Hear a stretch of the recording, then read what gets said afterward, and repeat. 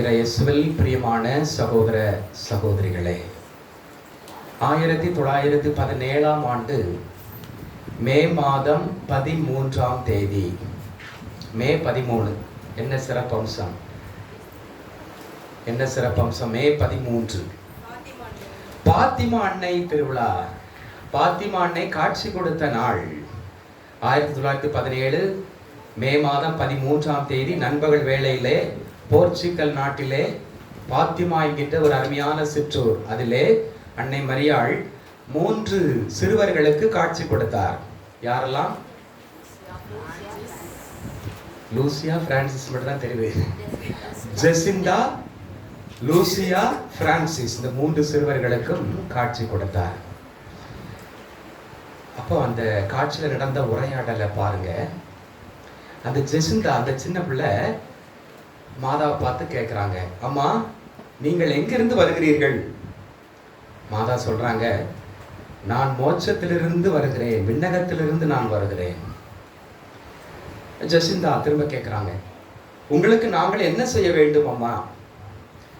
அப்போ மாதா சொல்றாங்க, தொடர்ந்து 6 மாதம் இதே 13ஆம் நாள் இதே நேரத்திலே இதே இடத்திற்கு நீங்கள் வர வேண்டும். ஜெசிந்தா, சரி அப்படி நாங்க வந்தா நான் மோட்சம் பெறுவேனா அப்படின்னு சொல்லிட்டு மாதாட்ட ஜெசிந்தா கேட்கிறான். மாதா சொல்றாங்க, ஆம், அவளும் போவாள். யாரு? லூசியா. பிரான்சிஸ் போவான்.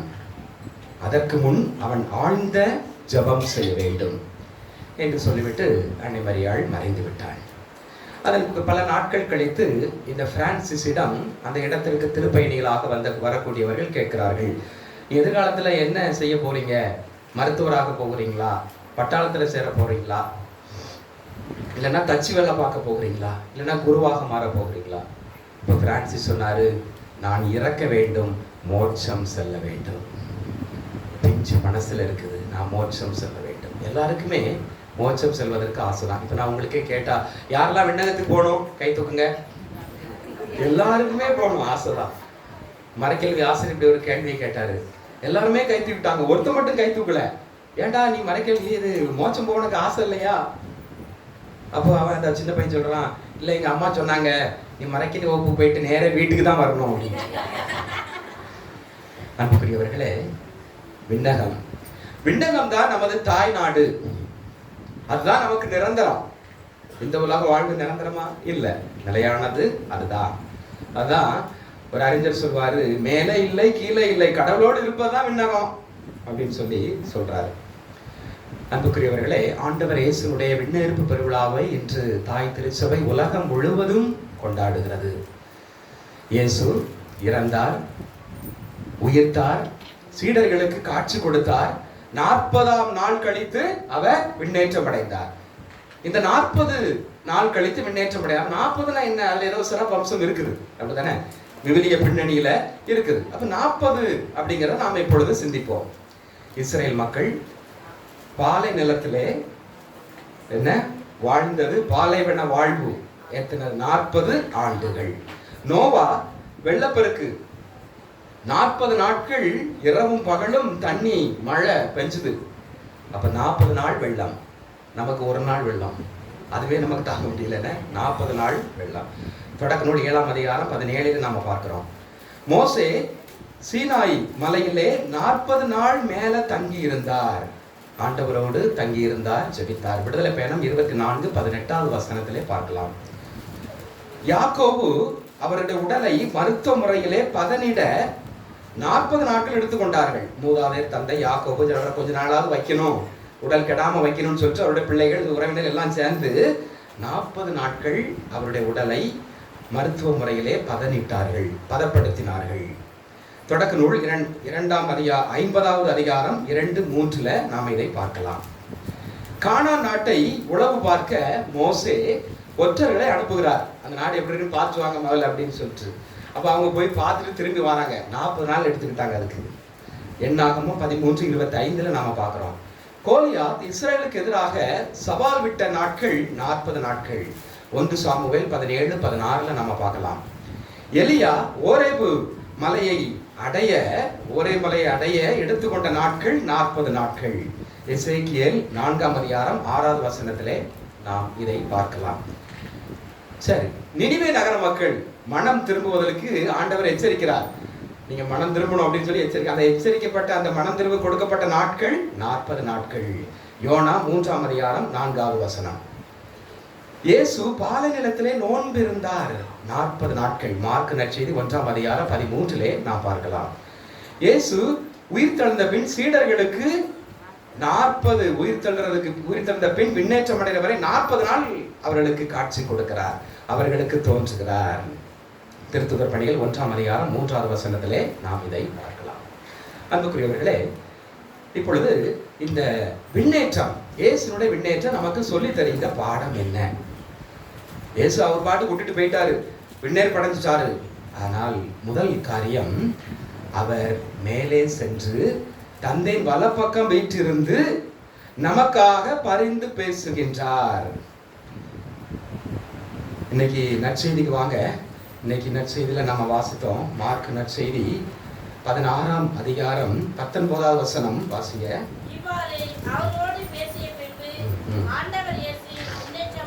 விண்ணேற்றம் அடைந்து கடவுளின் வலப்புறம் அடைந்தார். அப்ப விண்ணேற்றம் அடைந்து அப்படி எங்க போய் உட்காரல, கடவுளின் வலப்பக்கத்துல போய் உட்கார்ந்து இருக்கிறார், தந்தையின் வலப்பக்கத்தில் போய் உட்கார்ந்து இருக்கிறார்.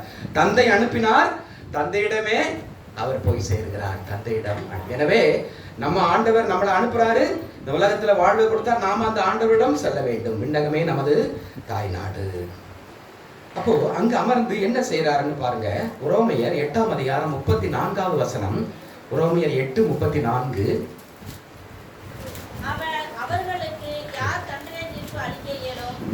இறந்து ஏன் உயிருடன் எழுப்பப்பட்டு கடவுளின் வலப்பக்கத்தில் இருக்கும்?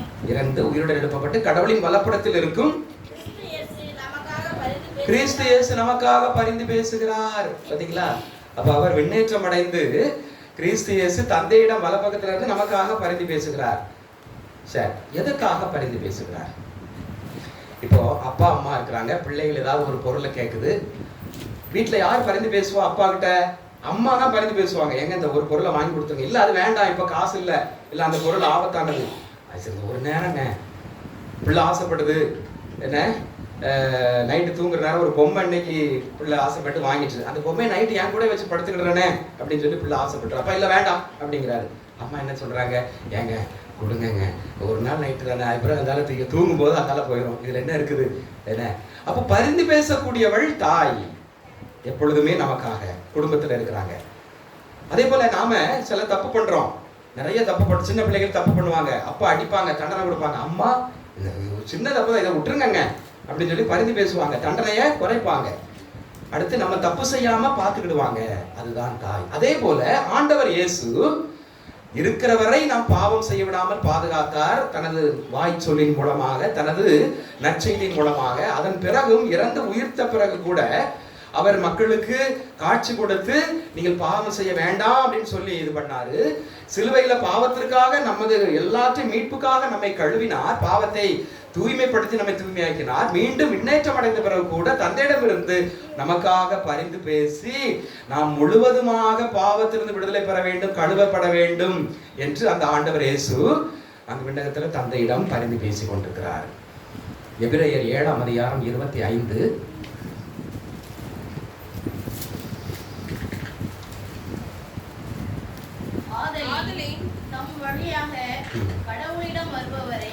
தம் வழியாக கடவுளிடம் வருபவரை முற்றும் மீட்க, முழுசுமாக மீட்கணும். பாத்தீங்களா? தந்தையிடம் வருவரை அவர் கடைசிவரை நம்ம மேல உள்ள ஒரு அக்கறை. நீ அவர் விண்ணகத்துல இருந்தாலும் அவரு நான் மீட்கப்படணும், நான் பாவம் கழுவப்படணும் அப்படிங்கறதுல இருக்கிறார். தொடர்ந்து அவர்களுக்காக பரிந்து பேசிக் கொண்டிருக்கிறார். நம்ம முழுவதுமாக மீட்கப்பட வேண்டும் என்று பரிந்து பேசிக் கொண்டிருக்கிறார். என்றுமே உயிர் வாழ்கிறார். அதுக்காக இன்னும் உயிர் வாழ்ந்துட்டு இருக்க. அவர் இறக்கல, உயிர்த்தார், விண்ணேற்றம் அடைகிறார். நமக்காக அங்கு இருந்து நம்ம முழுவதும் மீட்பட வேண்டும் என்று அவர் உயிரோடு இருக்கிறார். 1 யோவான் 2ஆம் அதிகாரம் 1வது வசனம். என் பிள்ளைகளே நீங்கள் பாவம் செய்யாமல் இருக்க வேண்டும் என்று உங்களை நான் கேட்டுக்கொள்கிறேன். ஒருவர் பாவம் செய்ய நேர்ந்தால் ஒருவர் பாவம் செய்ய நேர்ந்தால் தந்தையிடம் பரிந்து பேசுவர். தந்தையிடம் பரிந்து பேசுவர் ஒருத்தர் இருக்கிறார். அவர் யாரு? அவரே மாசற்ற இயேசு. பாத்தீங்களா? இதை விட வேற என்ன வேணும்? நம்மளை படைச்சி உருவாக்கி நமக்காக இறந்து இன்னும் முன்னேற்றம் அடைந்து அப்பவும் கூட நமக்காக பாவங்களை மீட்க வேண்டும், நாம் தூய்மையாக இருக்கணும், நம்மள நல்ல பிள்ளைகளா இருக்கணும் அப்படின்னு சொல்லி ஆசைப்படுறாரு. பாத்தீங்களா? அதுதான் ஒரு தாய் இதைத்தான் செய்வார். நம்ம கடைசி நேரம் வரை என் பிள்ளை நல்ல பிள்ளை தான், என் பிள்ளை நல்ல பிள்ளையா இருக்கணும்னு தான் ஒரு தாய் ஆசைப்படுற. அதே போல ஆண்டவர் இயேசு. இதுதான் முன்னேற்றம் நமக்கு சொல்லி தரக்கூடிய முதல் பாடம் அன்புக்குரியவர்களே. இரண்டாவது, தூய ஆவியை அனுப்புவதாக வாக்குறுதி கொடுக்கிறார். இதற்கு நமக்கு ஒரு துணையாக இருக்கணும். ஆண்டவர் பக்கத்துல இல்ல, பக்கத்துல ஒருத்தர் இருக்கணும். என்ன? அப்ப அவருடைய பணியை நாம தொடர்ந்து செய்யணும்.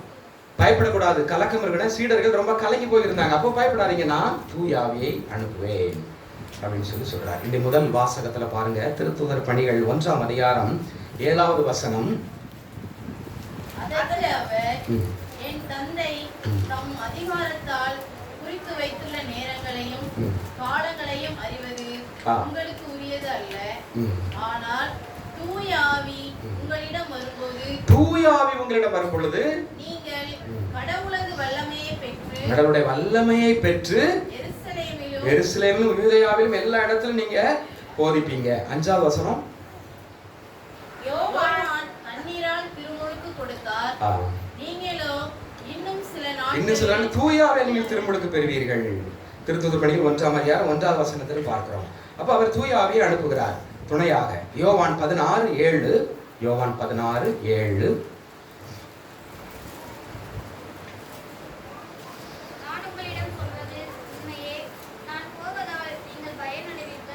நான் போவதால் நீங்கள் பயனடைவீர்கள். நான் விண்ணேற்பு அடைஞ்சா நீங்க உங்களுக்கு பயன் தான், அது உங்களுக்கு அது நல்லதுதான், அட்வான்டேஜ் தான். ஏன்? நான் போகலன்னா தூயாவே உங்கள்கிட்ட வரமாட்டாரு. அவர் போனார்தான் உங்களிடம் அனுப்புவேன். சரி. யோவான் நற்செய்தி 14ஆம் அதிகாரம். யோவான் நற்செய்தி 14, 15, 16. நீங்கள் என் மீது அன்பு கொண்டிருந்தால் என் கட்டளைகளை கடைபிடிப்பீர்கள். உங்களோடு என்றும் இருக்கும்படி மற்றொரு துணையாளரை உங்களுக்கு தருமாறு நான் தந்தையிடம் கேட்டேன். பாருங்க, அப்போ பரிசுத்த ஆவியானவர் நமக்கு துணையாக இருக்கிறார்.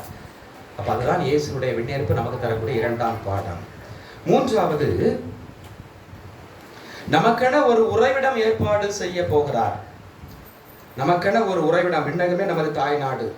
யோவான் நற்செய்தி 14ஆம் அதிகாரம் 2, 3. தந்தை வாழும் இடத்துல, விண்ணகத்துல, மோட்சத்துல நிறைய உறைவிடங்கள் இருக்கிறது. அப்படி இல்லை எனில் உங்களுக்கு இடம் ஏற்பாடு செய்ய போகிறேன் என்று சொல்லி இருப்பேனா? நான் போய் உங்களுக்கு இடம் ஏற்பாடு செய்த பின் திரும்பி வந்து உங்களை என்னிடம் அழைச்சு. அப்ப நமக்கு ஒரு இடம் ஏற்பாடு செய்ய போகிறாரு விண்ணேற்பு. அதனால விண்ணேற்பு நம்மள போயிட்டாரு அப்படின்னு நம்ம நினைக்க வேண்டாம். நமக்கு இடம் ஏற்பாடு செய்ய போகிறார். விண்ணகமே நமது தாய்நாடு. எபிரேயர் 13:14. எபிரேயர் 13:14. ஏனெனில் நிலையான நகர் நமக்கு இங்கே இல்லை. நிலையான நகர் இங்கே இல்ல. வரப்போகும் நகரையே நாம் நாடி செல்கிறோம். ஆகவே அவர் வழியாய் எப்போதும் நாம் கடவுளுக்கு புகழ்ச்சி வழியை செலுத்துவோமாக. இது நிலையான நகர் இல்ல. நிலையான நகர் அதான் விண்ணகமே நமது தாய்நாடு. அப்ப அந்த இடத்துக்கு தான் நாம் போய் சேர வேண்டும். 4வது, இயேசு விண்ணேற்பு அடைவு நமக்கு சொல்லித்தரக்கூடிய பாடம் அவருடைய பணியை தொடர, நற்செய்தி அறிவிப்பு பணியை, பேய்களை ஓட்ட, குணமளிக்க அவர் இயேசு என்ன பணி செஞ்சாரோ அந்த பணியை நாம் செய்ய வேண்டும் என்று அவர் அழைப்படுகிறார். மார்க் நற்செய்தி 16:15. உலகெங்கும் சென்று படைப்பிற்கெல்லாம் நற்செய்தியை பறைசாற்றுங்கள். மத்தேயு 28:18-20.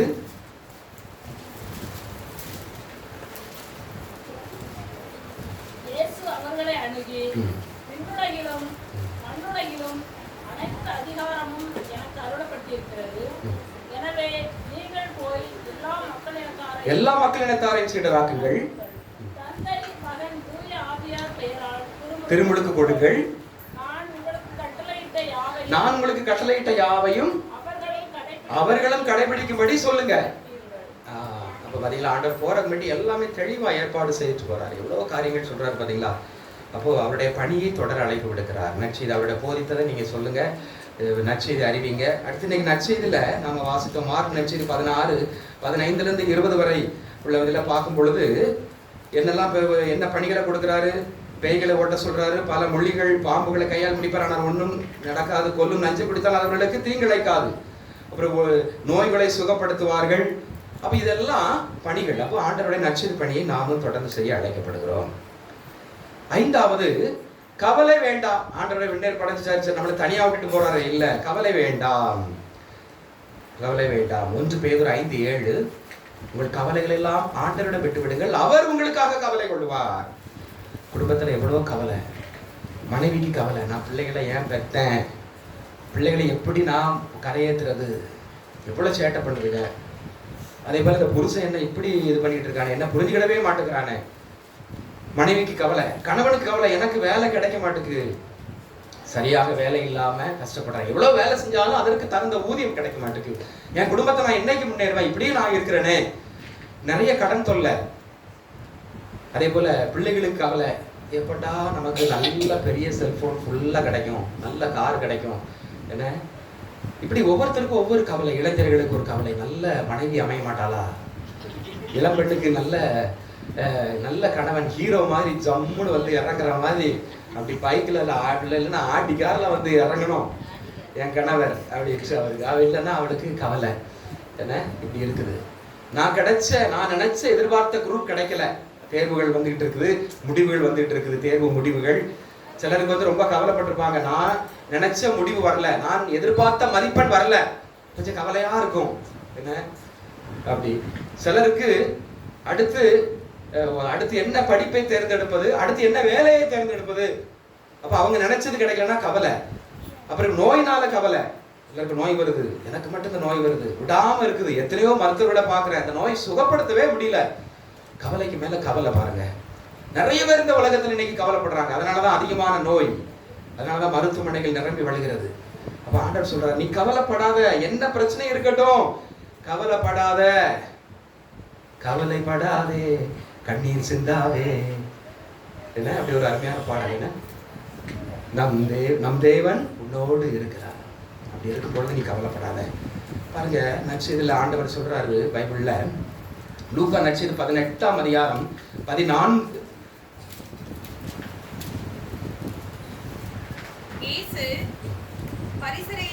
இல்ல, ஒரு நிமிஷம் இருங்க. லூக்கா நற்செய்தி 12ஆம் அதிகாரம், லூக்கா நற்செய்தி 12ஆம் அதிகாரம் 22 31 வரை, அதுல கெட்டிங்க பாருங்க, கவலை வேண்டாம். அது ஃபுல்லா சொல்றது, பறவைகள் விலங்குகள் அதுக்கும் பிரச்சனை இருக்குது, ஆனா அது கவலைப்படுது, அது பாட்டுக்கு இருக்குது. ஆனா பாருங்க, எப்படியாவது அதுக்கு சாப்பாடு கிடைச்சிருது, பறவைக்கு விலங்குகளுக்கு. நீங்க பாருங்க, ஒரே நாய்களால தொல்லை, அதுக்கு சாப்பாடு கொஞ்சம் கிடைக்க மாட்டேங்குது, அதனால மனுஷர்கள்லாம் கழிச்சு கொதறுது, நிறைய நாய்க்கடி, எங்க பார்த்தாலும் நாய்க்கடிங்க, எல்லா ஸ்டேட்லயும் எல்லா மாநிலத்திலும் நடக்குது, நாய்க்கடி, தெரு நாய்கள். அப்போ அதுகளுக்கு ஆனாலும் கூட கடவுள் என்ன பண்றாரு, அவைகளுக்கு ஏதாவது ஒரு வகையில உணவு கொடுக்கிறார், பறவைகள் விலங்குகள், அது ஏதாவது ஒரு வகையில. அப்ப அது கவலைப்படாம இருக்கு. அதே போல உன்னையும் நீ கவலைப்படாத, நாளைக்கு சாப்பாடுக்கு என்ன வழி, ஏதாவது ஒரு வழியில வந்து சேரும். அப்ப அதுதான் ஆண்டவர். அப்போ நீ கவலைப்படாத, கண்ணீர் சிந்தாத. எசாயா 25:7-8 ஆண்டவர் சொல்வார், உன் முகத்திலிருந்து துன்பத்துகளை அவர் நீக்கி விடுவார், உன் முகத்தில் உள்ள கண்ணீரை எல்லாம் அவர் துடைத்து விடுவார். ஆண்டவர் இருக்கிறார். 1 தெசலோனியர் 5:16-18, எப்பொழுது மகிழ்ச்சியாருங்கள், இடைவிடாது ஜெபியுங்கள், என்ன நேர்ந்தாலும் நன்றி கூறுங்கள். என்ன நேர்ந்தாலும் நன்றி கூறுங்கள். நோய் வருதா, கவலைப்படாத, உடனே நாம கவலைப்பட்டுறோம், கவலைப்படாத, தைரியமா இரு. 4 பேர் சேர்ந்து உன்னை அடிக்க வராங்களா, கவலைப்படாத, உன்னை யாருமே புரிந்து கொள்ள, என்னை யாருமே புரிந்து கொள்ள மாட்டேங்கிறாங்க வீட்டுல, கவலைப்படாத, ஆண்டவர் உன்னை புரிந்து கொள்வார். எல்லாரும் என்ன எதிர்த்துக்கிட்டே இருக்கிறாங்க, கவலைப்படாத, ஆண்டவர் உன்னை கரம் தாழ்த்தி உயர்த்துவார் மேலே. அன்புக்குரியவர்களே, எனவே கவலைப்பட வேண்டாம். லூக்கா நற்செய்தி 12:25, கவலைப்படுவதனால் யார் தன்னுடைய உயரத்துல ஒரு முழம் கூட்ட முடியுமா? முடியாது. 29வது வசனம், எதை உண்பது எதை குடிப்பது என்பதை பற்றி கவலைப்பட வேண்டாம். ஆண்டவர் உங்களுக்கு கொடுப்பார். எனவே கவலை வேண்டாம், ஆண்டவருடைய உடனிருப்பு இருக்கிறது. மார்க் 16:20. மார்க் 16:20. அவர்கள் புறப்பட்டு சென்று எங்கும் நற்செய்தியை புறப்பட்டு சென்று எல்லா இடங்களும் நற்செய்தி சென்றார்கள். ஆண்டவரும் உடனிருந்து செயல்பட்டார். ஆண்டவர் நம்மோட இருக்கிறார். மத்தேயு 28:20. மத்தேயு 28:20. நான் உங்களுக்கு கட்டளையிட்ட யாவையும் அவர்களும் கடைபிடிக்கும்படி கற்பியுங்கள். இதோ உலக முடிவு வரை நான் உங்களோடு இருக்கிறேன். அப்ப ஆண்டவர் இருக்கிறார், நீ கவலையே பட வேண்டாம் என்று சொல்கிறார். அடுத்து 6வது, இந்த ஆண்டவருடைய விண்ணேற்பு நமக்கு சொல்லி தருகின்ற பாடம். அதாவது ஆண்டவர் நம்மகிட்ட என்ன கேட்கிறாரு அப்படின்னா, நாம எபேசியர் 4ஆம் அதிகாரம் 2-3. இன்னைக்கு 2ஆம் வாசகம். இன்றைய 2ஆம் வாசகம் எபேசியர் 4ஆம் அதிகாரம் 2-3 வாசிங்க.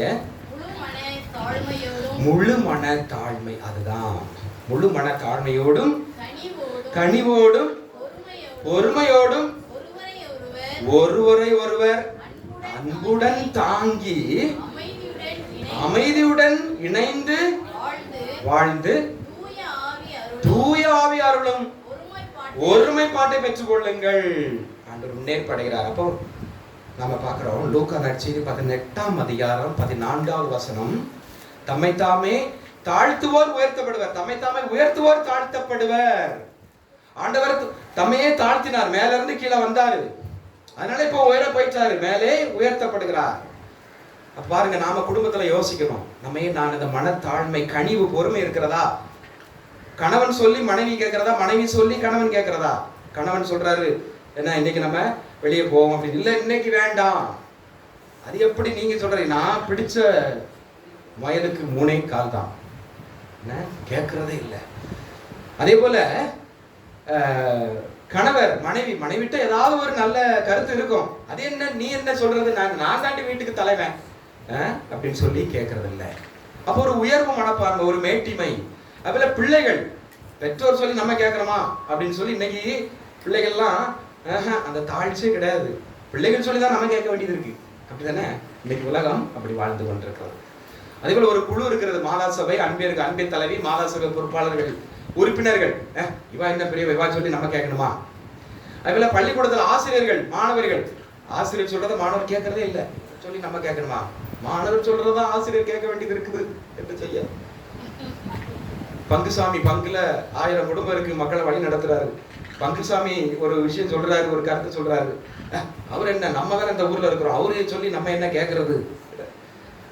மக்கள் சொல்லிதான் பங்குசாமி கேட்கணும். ஒரு காலத்துல பங்கு தந்தை சொல்லி மக்கள் கேட்டாங்க, பணிவிடையோடு பொறுமையோடு ஏற்றுக்கொண்டாங்க. அப்ப அந்த மனத்தாழ்மை நீங்க அப்படி இல்லை. அப்போ ஒருவரை ஒருவர் என்ன எல்லாரிடையும் கருத்து இருக்கிறது. சொல்றானே, சிறுவர்கள் பெரியல் அப்படின்னு இல்லை, அவங்க சொல்லி நாம கேட்கணும், நம்ம சொல்லி அவங்க கேட்கணும். எப்பவும் இல்லை நான் சொல்லிதான் எல்லாரும் கேட்கணும், இந்த ஊரே நான் சொல்லிதான் கேட்கணும் அப்படிங்கிறது மேட்டிமை தன்மை, உயர்வு மனப்பான்மை. அப்ப நம்மையே நாம் தாழ்த்தி கொள்ளும் பொழுது நாம் உயர்த்தப்படுவோம்.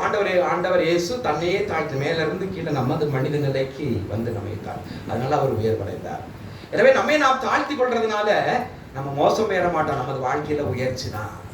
நம்மையே நாம் உயர்த்தி கொண்டே இருந்தால், உயர்வு மனப்பான்மை மேட்டிமை தன்மையோடு இருந்தால், நான் பிடிச்ச முயலுக்கு 3 கால், நான் தான் இந்த வீட்டுல, சில வீட்டுல மாமியார் நான் தான் இந்த வீட்டுக்கு ராணி, நான் சொல்றதான் எல்லாரும் கேட்கணும், இந்த வீட்டுல எல்லாரும் கேட்கணும்.